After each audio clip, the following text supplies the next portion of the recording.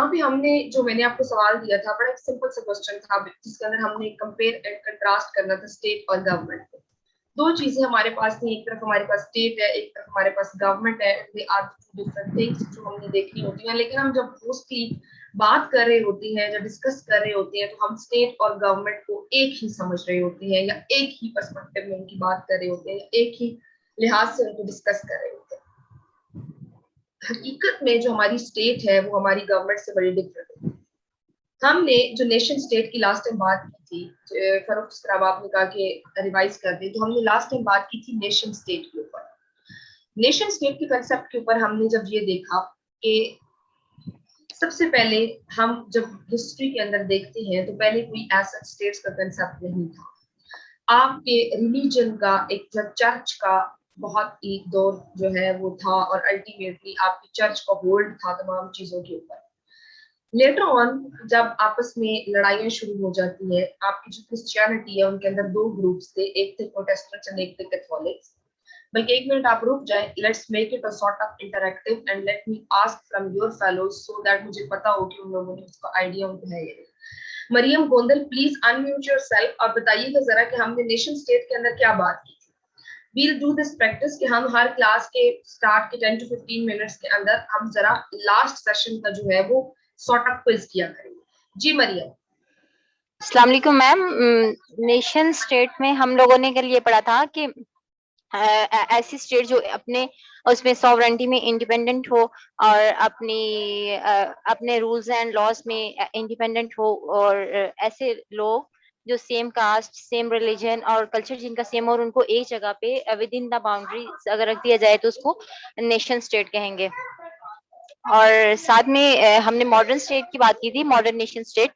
तो अच्छा, अब यहाँ पे ये है कि आप लोगों ने इसको थोड़ा सा अगर मैं से क्विक रिव्यू दूं, इट्स मीन कि you all are on same page कि आपने इसे अंडरस्टैंड नहीं किया। नेशन स्टेट के हमने जब कंसेप्ट की बात की थी तो हमने ये कहा था कि हमारे पास पहले कोई ऐसा कंसेप्ट नहीं था नेशन का, या हमारे पास स्टेट्स जब इवॉल्व नहीं होती तो उस वक्त जो है वो चर्च का रूल होता है। आपके पास प्रोटेस्टेंट्स और कैथोलिक्स जो है वो क्रिश्चियंस के अंदर दो ग्रुप्स हैं, जिस तरह आप कहते हैं कि आप सुन्नी और शिया दो ग्रुप्स हैं, उनकी आपस में एक वॉर होती है 30 साल की, एक बहुत बड़ी जंग। और उस जंग के एंड के ऊपर जब जंग बंदी होती है तो एक ट्रीटी साइन होती है जिसे हम ट्रीटी ऑफ वेस्टफेलिया का नाम देते हैं।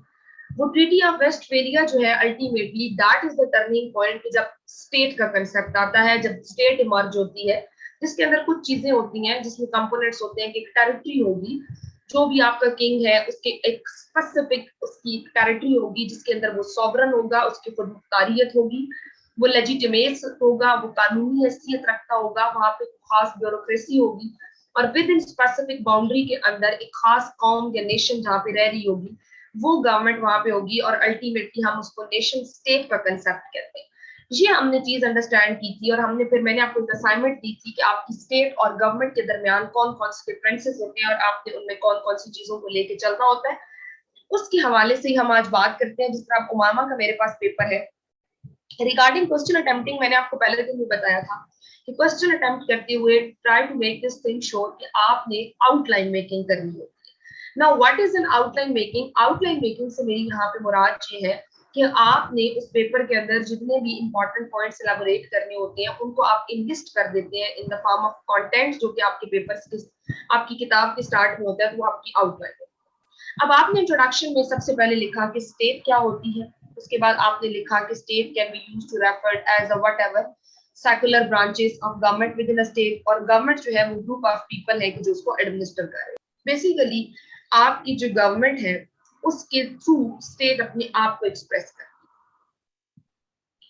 उसके बाद जब हम आगे चलते हैं तो आपने स्टेट की बात की कि स्टेट कम्बिनेशन या एसोसिएशन का नाम है, ये एलिमेंट्स ऑफ स्टेट है।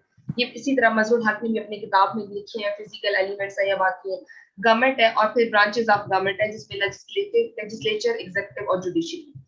अच्छा, ये तरीकाकार आप लोग जो कंपेयर एंड कंट्रास्ट करते हैं बीच में लाइन लगा के, इसको मैं इंकरेज नहीं करती। इसकी बुनियादी वजह ये है इंकरेज ना करने की कि आपके पास ये जो compare and contrast in the form of आप टेबल कर रहे होते हैं, ये बड़ा चाइल्डिश व्यू देता है, इसलिए इसको बहुत ज्यादा जो है वो पसंद नहीं किया जाता।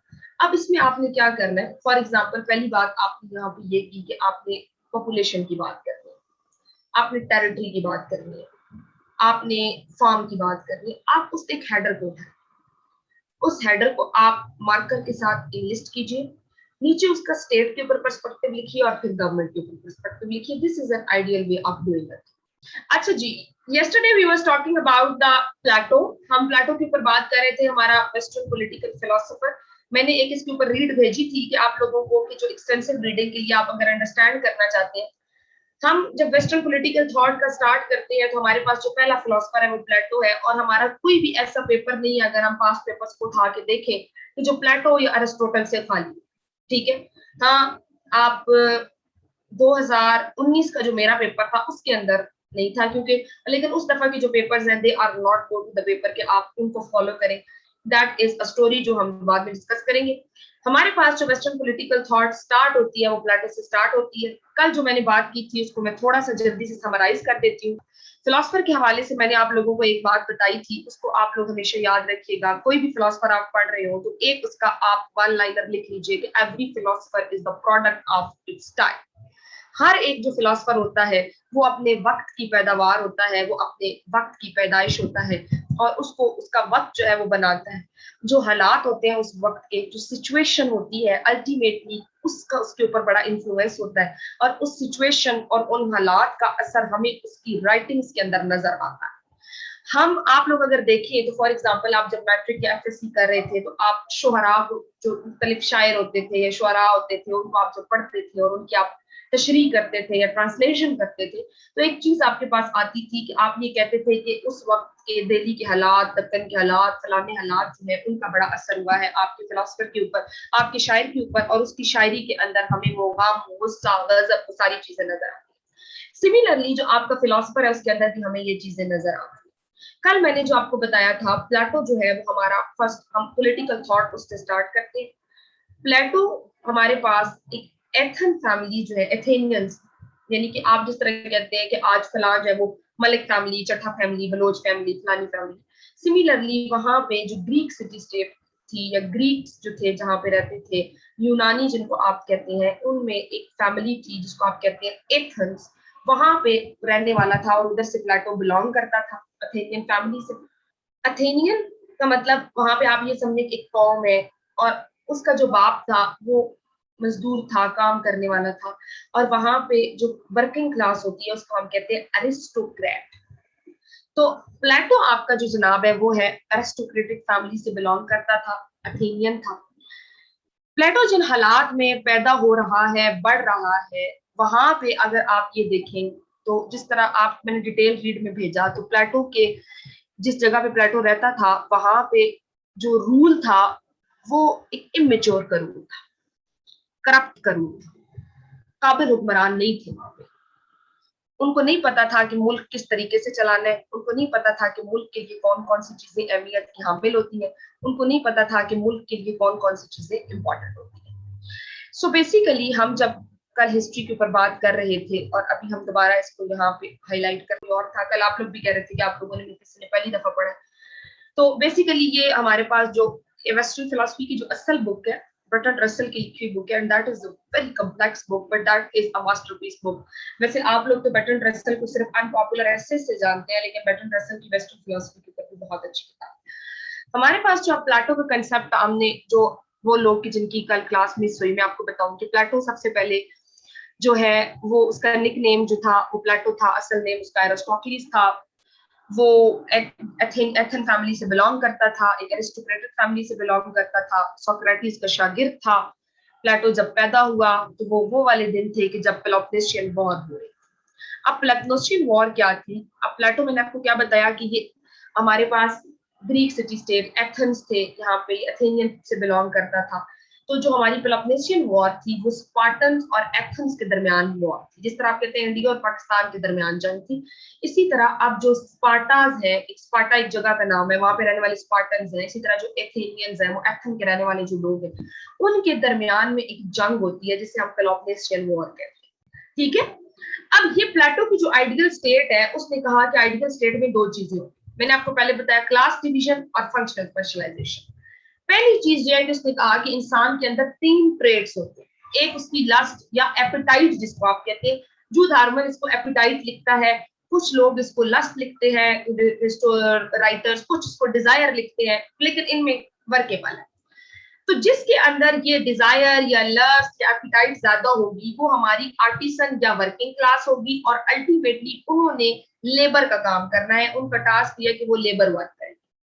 अब वो बंदे कि जिनके अंदर स्पिरिट ज्यादा है, करेज ज्यादा है, ब्रेवरी ज्यादा है, वेलर ज्यादा है, वो हमारी गार्डियन क्लास बनेंगे, मिलिट्री के अंदर फौजी होंगे, एडमिनिस्ट्रेटर्स होंगे, और उनका काम यह है कि उन्होंने सरहदों की हिफाजत करनी है, स्टेट की प्रोटेक्शन करनी। अब जिनके अंदर विजडम सबसे ज्यादा होगा, ब्रेन सबसे ज्यादा पॉलिश होगा, रीजन सबसे ज्यादा होगी, वो रूलर्स होंगे, और अल्टीमेटली वो पॉलिटिक्स करेंगे, वो फिलोसफर किंग होंगे, वो हुकूमत को चलाएंगे। ये अब उसने ना एक क्लास डिवीजन तकसीम बता दी है कि आइडियल स्टेट के अंदर इस तरीके से लोगों की तकसीम होगी और लोग अपना अपना काम कर रहे होंगे। अब फिलोसफर किंग के ऊपर जब हमने बात की है तो हमने ये देखा कि वो एक शख्स को जब हुकूमत देने की बात करता है तो 1% गवर्नमेंट इज अ मोनार्की। तो डेमोक्रेसी के ऊपर अगर हम बात करें तो प्लेटो वाज एंटी डेमोक्रेटिक, वो डेमोक्रेसी के अगेंस्ट बात कर रहा है। प्लेटो डेमोक्रेसी के फेवर में बात नहीं करता, क्योंकि जो उस वक्त की डेमोक्रेसी थी वो डेमोक्रेसी से इतना ज्यादा जो है वो डिसइल्यूजन हो जाता है कि उसके उस्ताद को जो मार दिया जाता है उस डेमोक्रेसी की वजह से, तो इसलिए उसका दिल जो है ना वो बिल्कुल उससे डिसइल्यूजन हो जाता है। ये बिलीव करता है कि पॉलिटिक्स एक आर्ट है और कुछ लोग ही जो है only a few can learn the art to govern, so only few could be ruler. ये कहता है वो बस बहुत कुछ कम लोग ही होते हैं कि जो अल्टीमेटली रूल कर सकते हैं, जिनके पास आर्ट ऑफ गवर्निंग होता है, तो इसलिए सिर्फ उन्हीं को रूलर होना चाहिए, उन्हीं को रूल करना चाहिए, उन्हीं को गवर्न करना चाहिए। अच्छा, अब इकोनॉमिक्स ऑफ आइडियल स्टेट, ये इसकी जो स्कीम ऑफ कम्युनिज्म है, इसके ऊपर इसको सबसे ज्यादा क्रिटिक हुई है, सबसे ज्यादा इस बात के ऊपर कम्युनिज्म की जो ये बात करता है, कम्युनिज्म ऑफ प्रॉपर्टीज की और कम्युनिज्म ऑफ वाइब्स। बेसिकली ये कहता है कि जो इसका फिलोसफर किंग है, जो इसका रूलर है, वो अपनी प्राइवेट प्रॉपर्टी नहीं रख सकता, क्योंकि जो प्राइवेट प्रॉपर्टी होती है वो इंसान के अंदर लस्ट पैदा कर देती है, इंसान के प्राइवेट इंटरेस्ट ज्यादा हो जाते हैं। सिमिलरली अब जब हम ये देखते हैं कि उसके अंदर जो दूसरी बात को करता है वो ये करता है कि उसकी फैमिली भी नहीं होनी चाहिए। प्लेटो ये कहता है कि जो आपकी फैमिली होती है अल्टीमेटली वो आपका एक, जिस तरह आप कहते हैं ना, फितना होती है।